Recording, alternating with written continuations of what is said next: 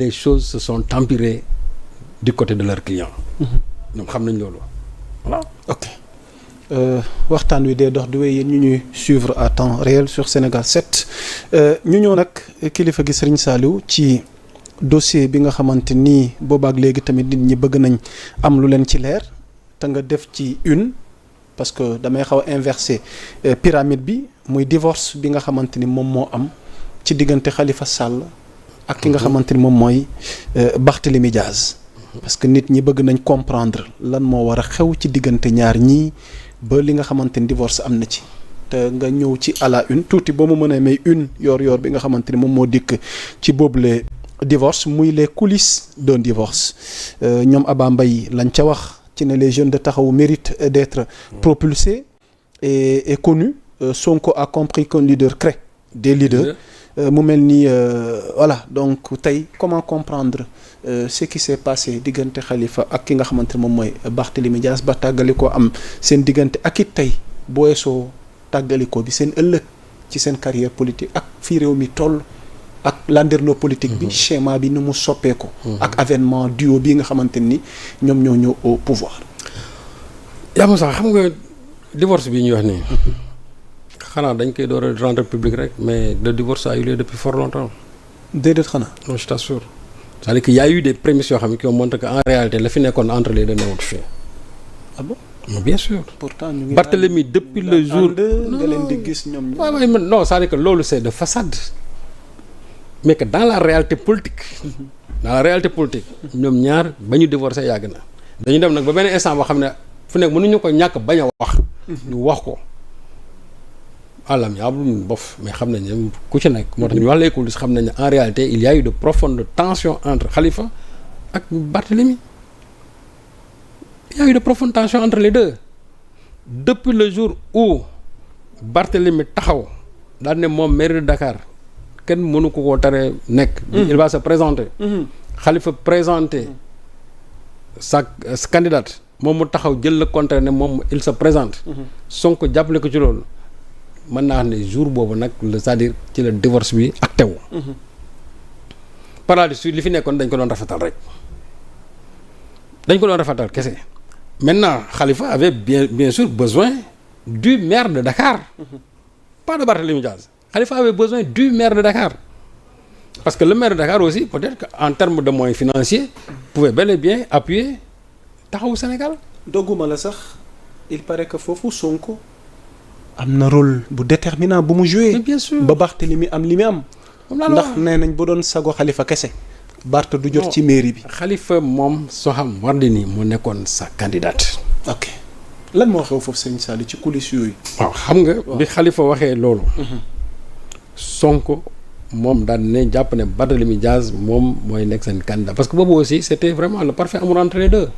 c'était vraiment la bonne entente. et boo xoolee ñoom ñaar aussi dañu am benn tempérament boo xam ne dañ ko bokk parce que ñoom ñëpp presque dañu xaw am fugg. donc ci côté boobu dañu am ay ressemblances. mais politiquement Sonko moom Barthélémy nii de léegi bu mu ñëwee imposé wu daal di taxaw wax te jour boobu sax saaga am na. saaga mais oui bien sûr. ci coulisses yi.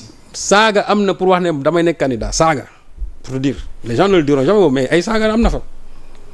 donc pour montrer à tel point Barthélémy tenait à sa candidature Khalifa ne pouvait plus peser devant la comment dirais-je devant Sonko et le duo Sonko Barthélémy mënatu ko donc li ñaan contre mauvaise fortune je crois bon cœur exactement finalement bon la mort dans l'âme mu accepter la candidature de Barthélémy Diaz ñàkk pexe waaw c'est ça ba Barthélémy ni mu nekkee maintenant maire de Dakar maintenant Barthélémy maire de Dakar Khalifa n'étant rien léegi nag ici le patron c'est lui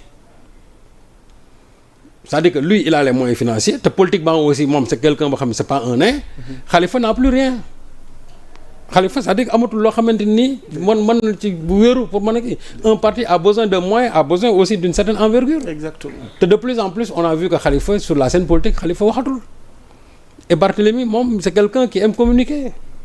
Khalifa bi mu génne prison pratiquement et c'est comme il est devenu complètement aphone de temps à autre day génn te souvent yenn génn yi sax c'est pour des réactions mais pas pour des actions c'est pour réagir par rapport à une situation.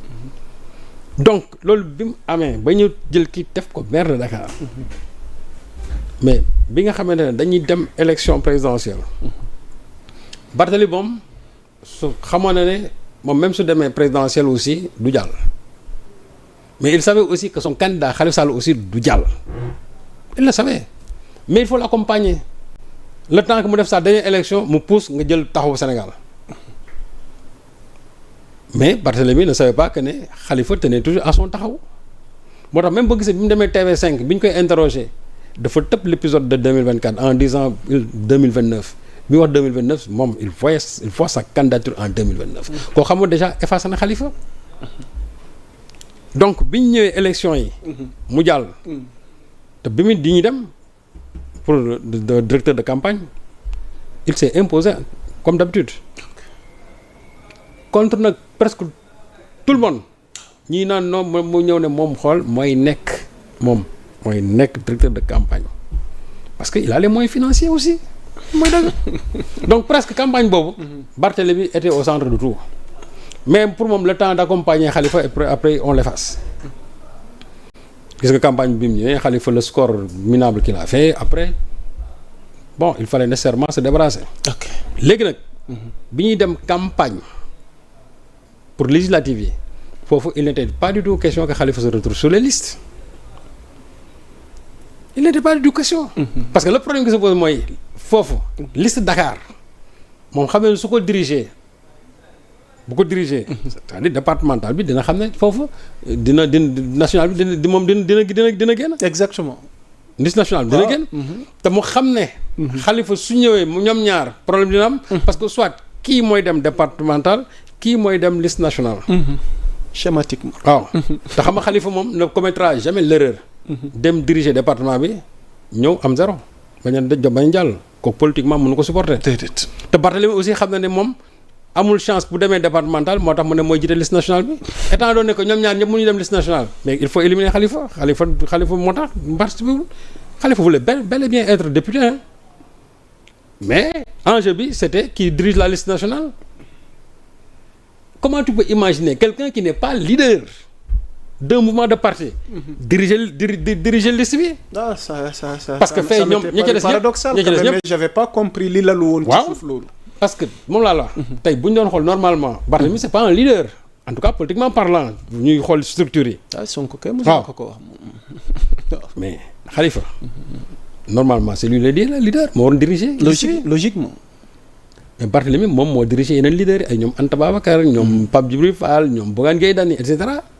Alors que moom il n'est que le maire de Dakar mais fitam may na ko ak ay moyens may na ko mu imposer wu ñu écarter Khalifa étant donné que Khalifa moom xam na ne mënul dem moom mu ne léegi comme celui qui dirige la liste nationale. L'aberration mooy yow tu es maire de Dakar. la capitale maire de Dakar. sa légitimité donc war natt ci législative yi daal ne man maa fi nekk maire dinaa ñëwaat ci départemental bi c'est-à-dire que wan leen ne. yaay borom Dakar maay borom Dakar. mais malheureusement. Mais non c'est-à-dire su ko defoon xam na du jàll. parce que aussi dofuñu non xam nañ malgré li ñuy wax yëpp ku ci nekk xam nga aussi loo mën ak loo mënul. exactement. c'est ça. léegi nag bi nga xamante ne ñoom ñoo nañ ba affaire bi jeex ba gis nga ñu Barthélémy problème yi ko dal difficulté yi ko dal yëpp ci mandat yi yooyu. mais foofu aussi Khalifa a été très machiavélique. Khalifa ne s'est pas beaucoup impliqué hein. Malgré les quelques soutiens de principe par-ci par-là way Barthélémy nii et cetera nanga mais Khalifa n'a pas mouillé le maillot. ba bi Barthélémy perdait d'abord son mandat de député. Ensuite la mairie de Dakar. Khalifa ne s'est pas impliqué. C'est-à-dire que taxawaay bi nga xam ne moom la ñu waroon am comme l'a été Barthélémy hein bi ñu ko jàppee sur l'histoire de la caisse d'avance. Mais Khalifa n'a pas eu le même n'a pas affiché le même soutien. ok loolu nag. waaw ci li nga xam ne presque moo indi c'est-à-dire moo acté définitivement cette rupture et Barthélémy on a presque toute sa garde jàppoon nañ leen donc taxawaay bi nga xamante ne moom la ñu doon xaar ci Khalifa politiquement mais Barth ne l'a pas eu léegi nag il fallait que ñoom ñaar qu'ils se parlent que aujourd'hui il est temps que Khalifa après bi ñuy defee évaluation yëpp Khalifa dafa war a dem que léegi qu'on laisse le mouvement aux jeunes ñu structurer ko. D'où maintenant l'intervention de Abba Mbaye. Parce que Abba Mbaye moom li mu wax c'est clair. Sonko dans chaque département il a créé un leader. C'est un leader qui crée des leaders. tel n'est pas le cas de Khalifa. Khalifa c'est un leader qui n'en crée pas et qui ne veut pas du tout en créer. Khalifa moom il veut toujours être dans sa posture de taxaw sa or moom tey mën nañu wax ne politiquement il est dépassé. C'est-à-dire que tey Khalifa lu ko waroon mooy faire de sorte que ce parti là ce mouvement là ñu structurer ko et que ça puisse revenir maintenant aux jeunes les Barthélémy les Abba ñoom ñoo xam mais c'est ce que comment dirais-je Khalifa tient toujours à son taxawu loolu nag moo tax Barthélémy na xam ne il est grand temps maintenant de voler de ses propres ailes parce que mënul nekk toujours aussi sous l'aile vraiment protectrice de Khalifa Sall Khalifa demul bàyyiwul que moom aussi moom il a des ambitions en 2029 Khalifa moom je le verrai mal qui se présente en 2029. waaw parce que foofu laa bëggoon dikk ak yow pour terminer. ci ñoom ñaar ndem ku ne léegi jël nga soyoonu bopp. am na yeneen parti yi fi nekk de. am na ñu fi sampagum. mais bien sûr am na yeneen échéance yu ne suñu kanam. loo xalaat ci seen ëllëg. moom kay l'échéance d'abord fu nekk Khalifa. waaw ñun fi ñu ko njëkk a testé mooy 2027 bii c'est-à-dire les locales. ok parce que Khalifa moom il doit revenir pour les locales. ah oui ñu xool ndax moom. day amaat ambition pour la mairie de Dakar comme que dañ ko nangoon ci moom wala moom day samp koo xam ne ni day dem pour la mairie de Dakar léegi aussi on se projette encore sur 2009 parce que après 2 ans moo ci teg est-ce que moom Khalifa je ne crois pas que mu am diggante boobu 75 ans et plus pour war a mën a présenter wu peut-être à sa dernière élection mais Barthélémy moom jàpp na ne 2029 légitimement légalement en tout cas légitimement moom dafa war a samp sa candidature. Abba aussi moom jàpp na ne ci ni mu intervenir que Khalifa aujourd'hui li ko war mooy mu dégager vraiment de la tête de Taxawu Sénégal bàyyi jeunes yi émerger moom su boobaa peut-être il aura un rôle d'encadrement d'accompagnement tout simplement mais Khalifa loo amul ci politique ba tey jii mënatu ko am parce que son histoire politique est dans le passé c'est quelqu'un que j'admire en politique mais il faut qu'on se dise la vérité son avenir politique aujourd'hui se trouve dans le passé macha allah Serigne Saliou chapitre boobu defe naa mbokk yéen ñu ñuy seetaan leer na ñu wéyale waxtaan wi ñëw Serigne Saliou balaa may jàll maître El Hadj Diouf ñu bëri may